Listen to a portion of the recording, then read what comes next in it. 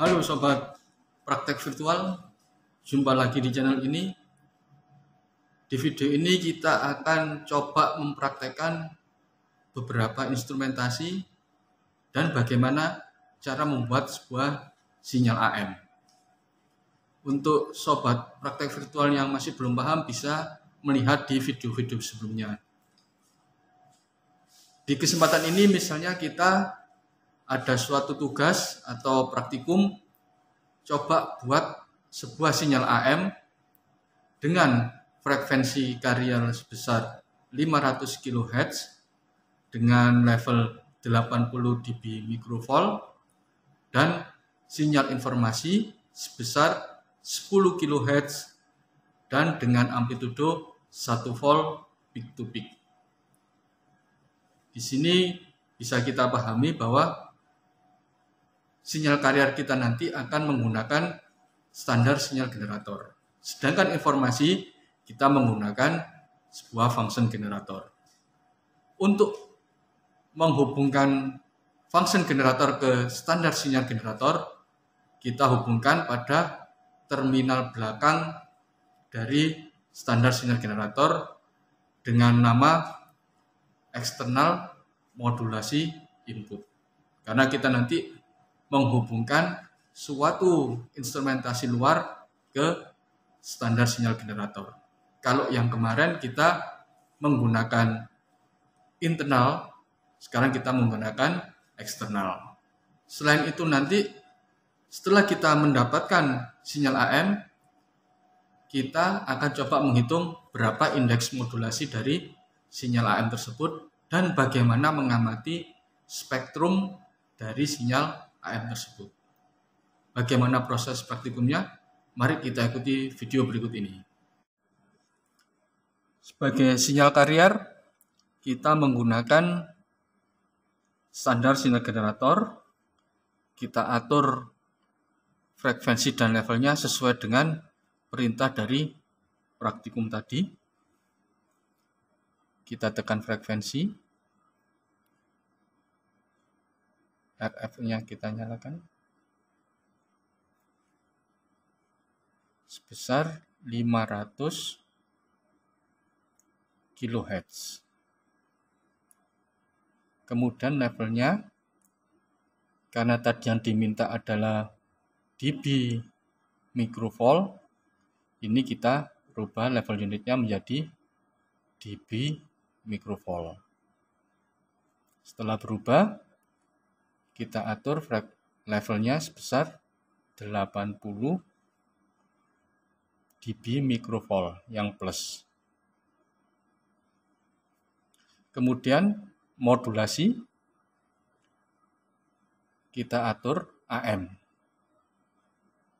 Kita on-kan switch-nya. Source kita tekan, kita pilih yang eksternal. Modulasi AM, source eksternal. Modulasi kita on-kan. Sekarang kita mengatur sinyal informasinya dengan menggunakan function generator. Kita atur frekuensinya sebesar 10 kHz. Frekuensi 101-nya kHz. Amplitudo kita atur sebesar 1 volt peak to peak. Di sini sudah tertera frekuensinya 10 kHz, amplitudonya 1 volt peak to peak. Jangan lupa untuk main outputnya kita nyalakan. Kemudian kita hubungkan main output ini ke standar sinyal generator di eksternal modulasi inputnya. Terminal eksternal modulasi input berada di panel belakang standar sinyal generator. Ini nanti yang kita hubungkan dengan kabel BNC dengan function generator.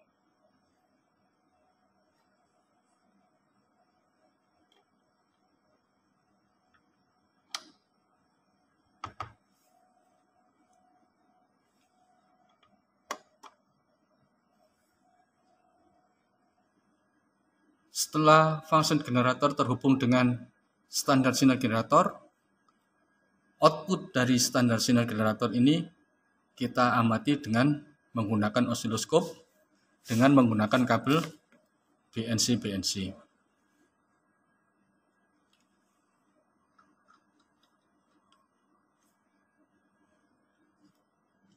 Sinyal AM sudah tampak di layar osiloskop.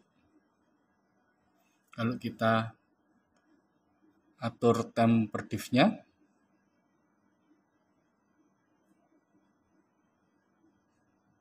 seperti itu. Kalau kita atur volt per diff-nya, gambar akan mengecil. Kita cari gambar AM yang paling enak kita lihat. Kemudian kita hitung berapa indeks modulasinya. Sebelum kita menghitung indeks modulasi, ada baiknya kita menghitung dulu berapa tegangan maksimal dan berapa tegangan minimal untuk menghitung indeks modulasi. Tegangan maksimal adalah puncak ke puncak ini. Tegangan maksimal. Sedangkan yang tegangan minimal adalah yang lembah ke lembah. Ini maksimal, ini tegangan minimalnya. Untuk menghitung indeks modulasi, bisa kita hitung dengan Emax min Emin dibagi Emax plus Emin. Indeks modulasi besarnya antara 0 sampai dengan 1 atau 0% sampai 100%. Sekarang coba kita hitung berapa Emax-nya.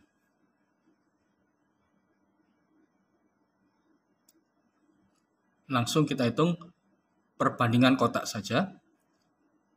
1, 2, 3, 4, 5, 6, 7. Sekitar 7,8. Kemudian berapa tegangan minimalnya? Kita geser.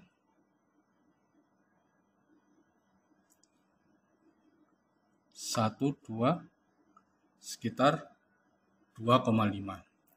Jadi Emax-nya 7,8 kotak, Emi-nya sekitar 2,5 kotak.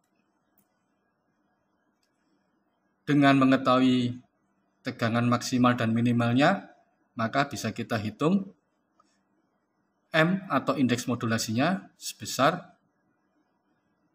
0,5 atau 50%. Dengan demikian, kita bisa melihat gelombang AM-nya dan menghitung berapa indeks modulasinya.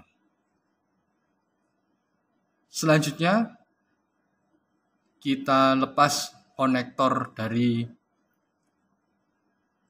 osiloskop dan kita hubungkan ke spektrum analyzer untuk melihat bagaimana spektrum AM-nya. Sebelum mengamati spektrum dari AM, yang perlu kita pahami adalah spektrum AM itu ada 3, yaitu sebelah kiri lower sideband, sebelah kanan upper sideband, dan yang tengah adalah frekuensi carrier. Lower sideband mempunyai rumus frekuensi carrier dikurangi frekuensi informasi. Sedangkan upper sideband mempunyai rumus frekuensi carrier ditambah frekuensi informasi. Kalau tadi frekuensi carrier 500 kHz dan frekuensi informasinya 10 kHz, maka bisa kita hitung lower sideband-nya sekitar 490 kHz. Dan upper sideband-nya adalah 510 kHz. Dengan mengetahui berapa nilai lower sideband dan upper sideband-nya, kita nanti bisa men-set berapa start frekuensinya dan stop frekuensinya. Jangan sampai start frekuensinya ini nilainya di atas lower sideband dan stop frekuensinya nilainya di bawah upper sideband. Nanti spektrumnya tidak akan terlihat. Misalnya start frekuensinya kita atur 450 kHz. Jadi masih di bawah lower sideband. Stop frekuensinya misalnya kita atur 550 kHz. Nilainya di atas upper sideband. Di layar sekarang muncul 3 spektrum. Apakah ini frekuensi carrier? Apakah ini lower sideband? Apakah ini upper sideband? Bisa kita amati dengan menekan peak search. Maka marker akan mencari yang tertinggi. Di layar muncul marker 500,5 kHz dengan level daya minus 29,4 dB miliwatt. Berarti ini adalah frekuensi carrier. Kemudian untuk mengamati spektrum sebelah kirinya, bisa kita tekan next peak left. Jadi peak sebelah kiri. Nilainya 490,5 kHz. Jadi sebesar frekuensi carrier dikurangi frekuensi informasi. Ini adalah lower sideband. Levelnya minus 41,4 dB miliwatt. Kemudian untuk melihat sebelah kanannya, kita tekan next bit right.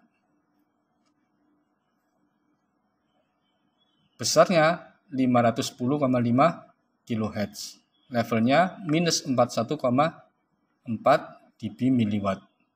Berarti ini adalah upper sideband, yaitu frekuensi carrier ditambah frekuensi informasi. Dan level daya dari lower sideband serta upper sideband adalah seimbang.